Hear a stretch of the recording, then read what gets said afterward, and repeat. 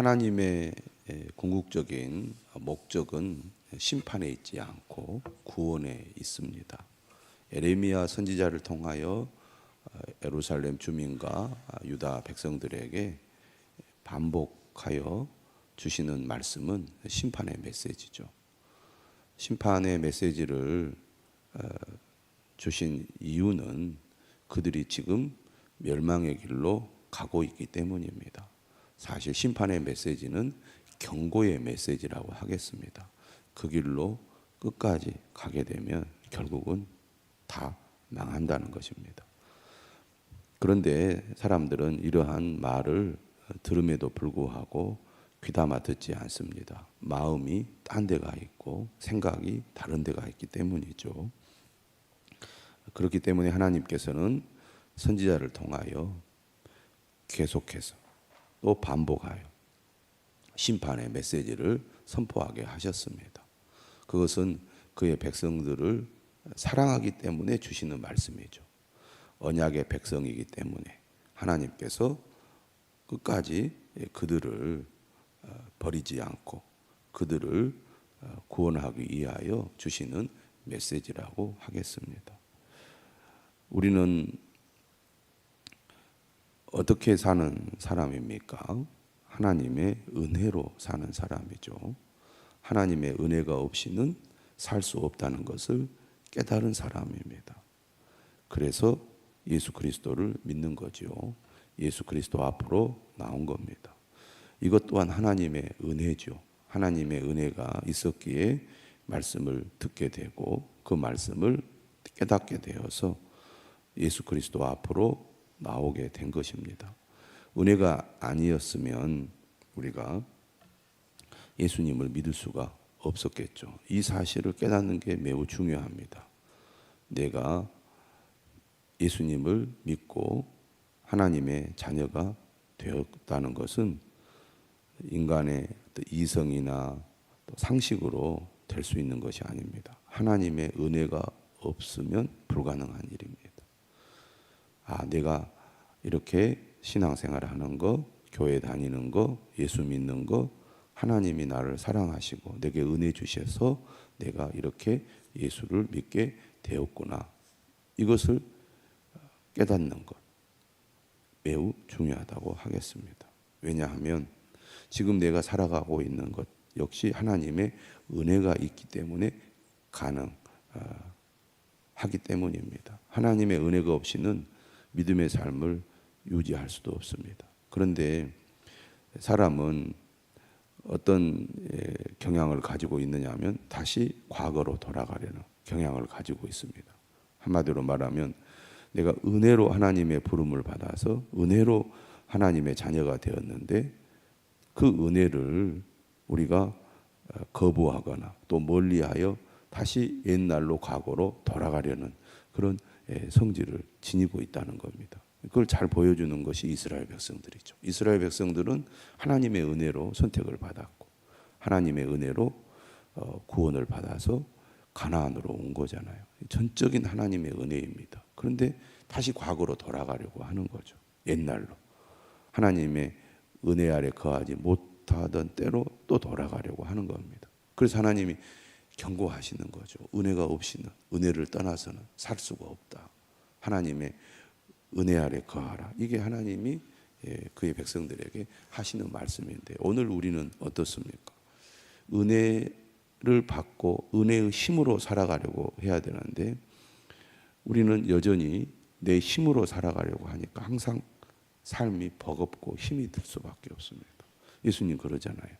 수고하고 무거운 짐진 자들아 다 내게로 오라. 내가 너희를 쉬게 하리라. 우리가 세상을 살아가는 것은 우리가 육신을 입고 살아가는 동안은 수고하고 무거운 짐을 지고 갈 수밖에 없는 삶입니다. 그런데 우리는 내 힘으로 그 수고하고 무거운 짐을 지고 가려고 하는 거예요. 그러니까 삶이 힘이 듭니다. 어떤 말을 많이 합니까? 아이고 교회를 다니고 신앙생활해도 힘이 든다고. 삶이 너무나 어렵다고. 이 세상에서의 삶은 수고하고 무거운 짐을 지는 겁니다. 당연히 힘들고 어려울 수밖에 없는데 문제는 나 혼자 내 힘으로 그 짐을 지고 가려고 하니까 더욱 힘든 거예요. 주님께로 와야 하거든. 내게로 오라. 내가 쉬게 하리라. 하나님의 은혜를 계속 공급받고 은혜에 우리가 깊이 잠겨 있지 않으면 이 힘든 세상을 믿음으로 살아가기가 어렵습니다. 그래서 신앙생활 한다는 것은 늘 은혜를 받는 것이고 은혜를 사모하는 것이고 은혜의 자리로 나아가는 겁니다. 그래야 힘든 세상을 힘이 들지 않게 살아갈 수가 있고 여러 가지 세상의 유혹이나 또 문제나 어려움들을 하나님의 도우심으로 이겨낼 수가 있습니다. 근데 교회 생활에도 어떤 자기 의를 가지고 자기를 드러내고 뭔가 자기의 어떤 목적을 성취하기 위해서 교회를 다니면 힘이 들거든요. 은혜를 받아서 나는 죽고 오직 예수가 사는 그런 삶이 돼야 평안하고 기쁨이 있고 하나님의 뜻을 이룰 수가 있습니다. 그래서 은혜를 사모하는 삶을 살아야 합니다. 그것이 하나님의 뜻이거든요. 그래서 우리가 말씀과 기도의 자리로 나가야 합니다. 말씀이 나를 완전히 사로잡아서 말씀에 의해서 내 생각이 변하고 내 말이 변하고 행동이 변해야 그게 은혜로 사는 거거든요. 그리고 하나님의 뜻에 온전히 순종하는 내면의 변화가 일어나려면 기도를 통해서 철저하게 회개하고 나 자신을 죽이는 그런 훈련을 해야 은혜로 살아갈 수가 있습니다. 그러니까 의지를 가지고 나는 믿음으로 산다. 하나님의 은혜로 산다. 하나님의 말씀에 순종하며 산다. 의지를 가지고 결단해도 그게 잘 안 됩니다. 성령님이 도와주셔야 되거든요. 그러니까 내가 깨져야 되고 내가 죽어야 됩니다. 근데 그러려면 어쨌든 하나님의 은혜의 자리로 나가야 되는데 하나님의 은혜를 공급받는 과정이 없이는 그것이 저절로 이루어지지 않는다는 거죠. 근데 많은 사람들이 내 힘으로 하려고 해요. 내 의지로 하려고 합니다. 은혜를 받으면 벌써 표정이 다르고 태도가 다르고 말이 다르고 행동이 달라요. 세상에 이렇게 찌들려 있잖아요. 그러면 그것이 얼굴에 그대로 삶에 그대로 말로 그대로 드러나게 되어 있습니다. 근데 은혜를 받으면 바뀌거든요. 완전히 표정도 바뀌고 태도도 바뀌고 행동도 바뀌고 말도 바뀌게 되어 있습니다. 성풍의 집회를 지금 우리가 주일 밤부터 하고 있는데 물론 날씨가 너무 덥다 보니까 또 피곤하고 또 귀찮기도 하고 힘이 들지요. 그런데 은혜를 사모하는 사람들은 은혜 받는 자리로 가야 합니다. 그래야 하나님이 또 은혜를 주셔서 힘을 얻거든요. 말씀을 계속 깊이 마음속 깊이 받고 또 기도를 통해서 내가 완전히 깨어지고 죽는 훈련을 해야 은혜의 사람이 됩니다. 그런 사람이 행복하고 그런 사람이 교회도 살리고 그런 사람이 다른 사람도 변화시킬 수 있거든요. 근데 제가 이제 해년마다 성풍에 하는 데를 가보면 사람들이 많이 참석을 하는데 어린 아이를 둔 젊은 부부들이 아이들을 데리고 집회를 참여를 해요. 그건 누가 시켜서 하겠습니까? 은혜가 중요한 줄 알고 은혜 받는 것을 이제 사모하니까 나오겠죠. 어쨌든 바쁘고 뭐 여러 가지 일로 분주해도 은혜 받아야 산다. 은혜 없이는 못 산다. 이게 있기 때문에 나오겠죠. 90인 다 된 분들도 나오는 것을 제가 봤고 제대로 걷지 못해서 지팡이 2개를 이렇게 겨우 짚어가면서 빠지지 않고 나오는 분들도 있고 어쨌든 열심히 은혜를 받으려고 나오는 분들을 제가 늘 갈 때마다 보고 느끼는데요.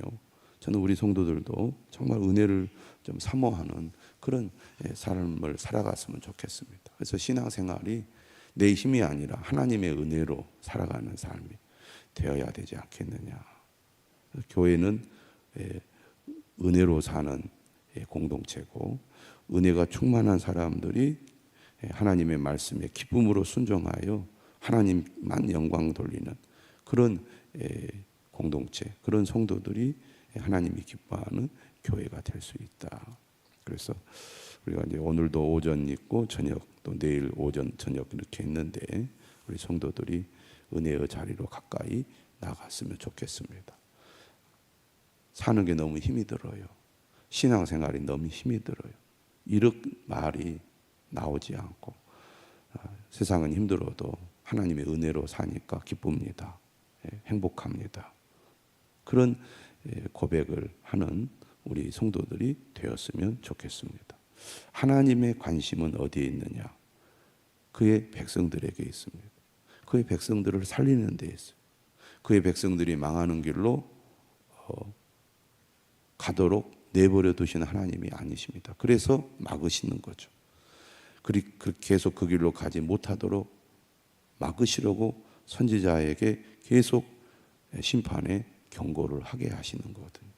말씀을 들어야 되는데 안 듣잖아요. 끝까지 안 들어요. 그래서 결국 그들은 심판을 받을 수밖에 없습니다. 안 들으면 망하는 거거든요. 듣기를 싫어하면 망하는 거거든요. 그런데 오늘 우리들도 그렇습니다. 듣기를 싫어합니다. 제 고집대로 하려고 합니다. 은혜의 자리로 나아가려고 하지 않아요. 돌이키려고 하지 않습니다. 자기가 하던 방식대로 합니다. 내 생각, 내 주장을 절대로 내려놓지 않습니다. 신앙생활을 아무리 오래 해도 그런 신앙은 어린아이 수준이라고 볼 수가 있습니다. 이번 예수전도단 이 사람들도 얼마나 삶이 힘들어서 그렇게 훈련을 받았겠습니까? 한 8개월 이렇게 훈련을 받으면서 자신을 내려놓고 오직 하나님의 음성에 귀를 기울이는 훈련을 하는 거잖아요. 이 더운 여름에 휴가를 가지 않고 휴가를 대신해서 전도 여행을 하고 기도하고 전도하고 이런 일을 하지 않습니까? 하나님 중심의 삶을 사는 훈련을 하는 거죠. 그걸 기쁨으로 하고 감사함으로 합니다. 그게 은혜의 삶이죠. 그런데 우리가 은혜가 없어지면 어떻습니까? 세상 사람들과 똑같은 거예요.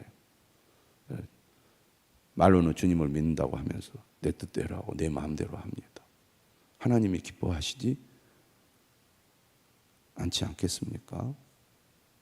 하나님이 여전히 우리를 사랑하셔서 우리를 도우시기 원하고 우리를 구원해 주시기 원하는데 우리는 계속해서 그 하나님의 은혜를 거부하며 살아갈 때가 너무나 많습니다. 오늘 말씀을 보면 하나님 뭐라고 하시느냐? 내가 이들에게 계속 심판을 선포하는 이유는 그들을 살리기 위해서라는 겁니다. 궁극적인 목적이 구원에 있다는 거죠. 그래서 이렇게 얘기를 하세요. 오늘 14절에 뭐라고 얘기하냐면 우리가 그저 아무 생각 없이 그냥 지나치는 표현이 뭐냐면 여호와의 말씀이니라입니다. 예레미야 선지자의 선포를 보면 여호와의 말씀이라는 표현이 엄청나게 많이 반복해서 나옵니다. 하나님의 말씀이니까 들으라는 거죠. 근데 우리는 하나님의 말씀을 얼마나 귀 기울여 듣고 있습니까? 하나님의 말씀이라고 생각하기는 하는가 모르겠습니다. 이스라엘 백성들이 그랬거든요. 하나님 말씀하시는데 안 듣는 거예요. 하나님이 우리에게 주시는 말씀인데. 근데 이 하나님께서 뭐라고 하시느냐? 15절에 이렇게 얘기해요. 이스라엘 자손을 북방 땅과 그 쫓겨났던 모든 나라에서 인도하여 내신 여호와께서 살아계심을 두고 맹세하리라. 14절은 출애굽의 하나님이라고 한다면 15절은 출 바벨론의 하나님입니다. 그래서 매일 성경 소제목은 뭐라고 제목을 붙였냐면 새로운 출애굽이다. 하나님께서 이스라엘 백성들을 출애굽 시켜줬지만 그들이 불순종하여 결국은 가나안 땅을 빼앗기고 포로로 잡혀가잖아요. 그런데 그들이 하나님의 징계를 받아 흩어졌지만 그들을 다시 하나님이 구원하여 내실 거라는 거죠. 하나님 맹세하는 겁니다. 여호와께서 살아계심을 두고 맹세한다. 내가 그들을 그들의 조상들에게 준 그들의 땅으로 인도하여 드리리라. 하나님의 궁극적인 목적은 구원에 있습니다. 그의 백성들을 향한 징계, 심판이라고 말할 수도 있겠죠. 그것은 그들을 사랑하기 때문이죠. 그들을 회복하기 위해서인 겁니다. 왜냐하면 아무리 말을 해도 정신을 차리지 못하고 계속 제 뜻대로만 가니까 그런 거거든요. 오히려 이스라엘 백성들의 지금 상황에서는 완전히 망하는 것이 그들을 구원하는 길이 된다고 하나님은 판단하신 겁니다. 제가 어제도 말씀드렸죠. 그들이 언제 깨닫습니까? 포로에서 돌아온 이후에 하나님의 말씀이 들리기 시작한 거예요. 그래서 그들이 우리가 살 길은 말씀을 따르는 길밖에 없다라고 그들이 깨닫게 되었고, 그때부터 말씀을 찾기 시작하고 말씀을 듣기 시작하고 말씀에 순종하기 시작한 거죠. 하나님의 궁극적인 목적은 구원에 있습니다. 이것이 하나님의 마음이에요. 이런 하나님의 뜻을 우리가 안다면 우리에게 은혜 주시고 우리를 궁극적인 구원으로 인도해 주시는 하나님께로 가까이 나가야 되지 않겠습니까? 하나님께 우리가 적극적으로 순종해야 되지 않겠습니까? 우리는 날마다 은혜로 살아야 합니다. 말씀에 푹 잠겨야 돼요. 내 속사람이 변화되어야 합니다. 겉만 그럴싸한 신앙생활 해서는 안 됩니다.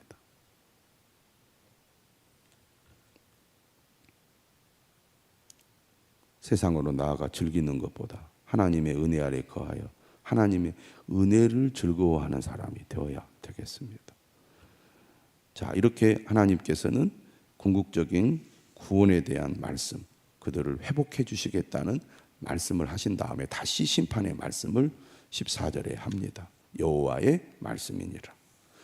보라, 내가 많은 어부를 불러다가 그들을 낫게 하며 그 후에 많은 포수를 불러다가 그들을 모든 산과 모든 언덕과 바위 틈에서 사냥하게 하리니. 하나님께서 심판을 하시는데 그 심판하시는 목적이 어디에 있습니까? 이는 내 눈이 그들의 행위를 살펴보므로 그들이 내 얼굴 앞에서 숨기지 못하며 그들의 죄악이 내 목전에서 숨겨지지 못함이라. 하나님의 심판을 피할 수 있습니까? 내가 우선 그들의 악과 죄를 배나 갚을 것은 그들이 그 미운 물건의 시체로 내 땅을 더럽히며 그들의 가증한 것으로 내 기업에 가득하게 하였음이라. 그들의 죄악으로 말미암아 하나님이 심판하시겠다는 것이죠. 죄는 하나님의 심판에 이르게 합니다. 죄 때문에 우리가 심판을 받고 사망에 이르며 죄로 말미암아 우리가 구원을 받지 못하게 되는 거죠. 19절입니다. 여호와 나의 힘, 나의 요새, 환난 날에 나의 피난처시여. 하나님만이 우리를 구원해 주실 수 있습니다. 죄악의 길에서 돌이켜 하나님께로 나아가면 우리의 힘이 되시고 요새가 되시고 환난 날의 피난처가 되시는 하나님께서 우리를 구원해 주실 것입니다. 이 세상에서도 내 힘으로 살려고 하면 안 됩니다. 그러나 나의 힘이 되시고 나의 요새가 되시고 환난 날의 피난처가 되시는 하나님을 의지할 때 그분이 우리를 도와주시고 그분이 우리를 구원해 주실 것입니다. 이렇게 얘기하죠. 민족들이 땅끝에서 주께 이르러 말하기를. 이건 이방 민족들을 가리킵니다. 오히려 이스라엘 백성들은 하나님을 거부했습니다. 근데 이방 민족들이 나중에 이렇게 얘기할 거라는 거죠. 우리 조상들의 계승한 바는 허망되고 거짓되고 무익한 것뿐이라. 우상과 세속적인 삶의 결론은 허망하고 거짓되고 무익한 것입니다. 사람이 어찌 신 아닌 것을 자기의 신으로 삼겠나이까 하리이다. 이처럼 우상 숭배의 삶, 세상의 욕심을 따라 살아가는 삶이 헛되다는 것을 깨닫는 사람은 그들이 이방 민족이라 할지라도 하나님의 구원을 받게 될 거라는 거죠. 하나님께서 이렇게 말씀하십니다. 보라, 이번에 그들에게 내 손과 내 능력을 알려서 그들로 내 이름이 여호와인 줄 알게 하리라. 선택받은 민족이라고 자부하면서 하나님을 멀리하고 하나님의 말씀을 거부하는 이스라엘 민족은 심판을 받아 망하게 됐지만 오히려 하나님이 어떤 분인지 깨닫고 하나님께로 돌이키는 이방 민족들은 구원을 받게 된다는 얘기죠. 예수 그리스도를 통하여 오늘 이스라엘 백성이 아닌 이방 민족들은 자신들의 죄를 깨닫고 예수 그리스도께로 나아감으로 하나님의 구원을 받았습니다. 또 받고 있습니다. 오늘 우리도 하나님만이 나의 구원이심을 믿고 하나님 앞으로 가까이 나아가시기를 바랍니다. 세상의 헛된 것을 쫓아가는 삶을 중단하고 버리고 돌이키시기를 바랍니다. 은혜를 사모하시기를 바랍니다. 은혜 안에 거하기를 바랍니다. 은혜만이 살 길입니다. 우리 모두 이러한 삶을 살아갈 수 있기를 주님의 이름으로 축원합니다. 기도하겠습니다.